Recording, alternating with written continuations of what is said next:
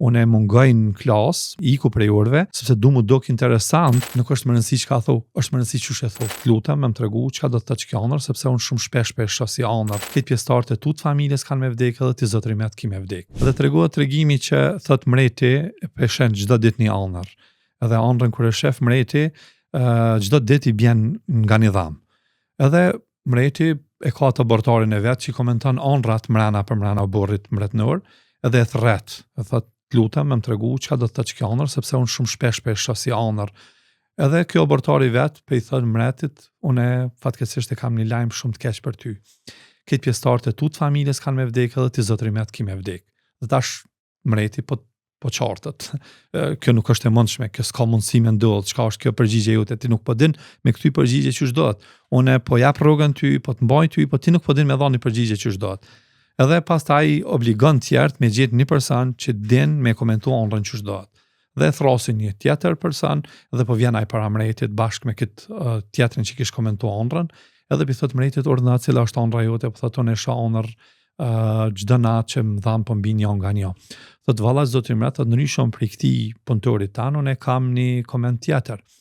Pe këtë pjesëtarëve tut familjes zoti mret, ti pas kemi jetu mas gjati. Dhe ky tjetri tash që ish përsekutu prej mretit sepse s'ka komentu mirë ç'është do të ëndrrën, pi thot ti thot zotni, thot unë thash që zoti mret, këtë familjarët e tu kanë me vdekë dhe ti ki me vdekë dhe kur gjë ndryshe ti s'po thu. Tha, edhe në historinë tonë po vdes mreti, në historinë teme po vdes mreti, sepse ai ka thonë këtë pjesëtarët e tut familjes vdesin dhe ti zotëri mret, ki me vdek, kurse ky ka thonë pe këtë pjesëtarëve tut familjes zotëri mret, ti kemi jetu mas gjati. Ky pi thot këtina tha, nuk është më rëndësi çka thou, është më rëndësi çush e thou. Kështu që këtë komunikimi me adoleshentët tonë, normal komunikimi edhe jonë nër me vete, është çush na e thojna. Kështu që me adoleshentët nuk ka rëndësi çka e thou.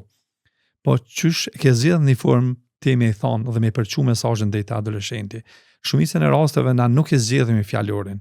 E përdorim fjalorin e njëjtë që e përdorim gjithkohon dhe nuk e marrim për bazë, a është në gjendje ai me kuptu çka unë po i tham ose s'është në gjendje me kuptu çka po i tham. Kështu që shumë më lehtë është me pa më lehtë kish me qenë shumë kish më ofru mbështetje dhe kish më ofru zgjidhje.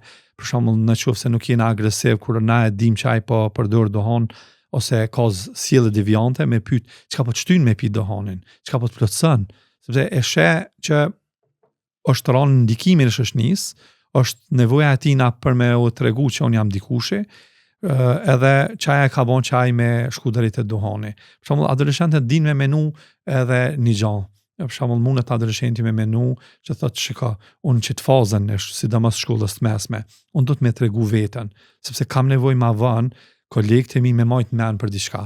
Edhe unë e kisha një rast, edhe çaj rasti po tregon tha, unë mungoj në klasë, mungoj iku prej orëve, sepse du mu dok interesant para kolegëve të mi, dhe du që ata me majt men mu për një që si sjellje. Tash ti si rritën as që të shkon menja që ai po ik prej orëve, ose si mësos, ose se kujdestar, as që e ki ndërmen që ai po ik për shkak sepse është një mesazh që ai po don me përçu.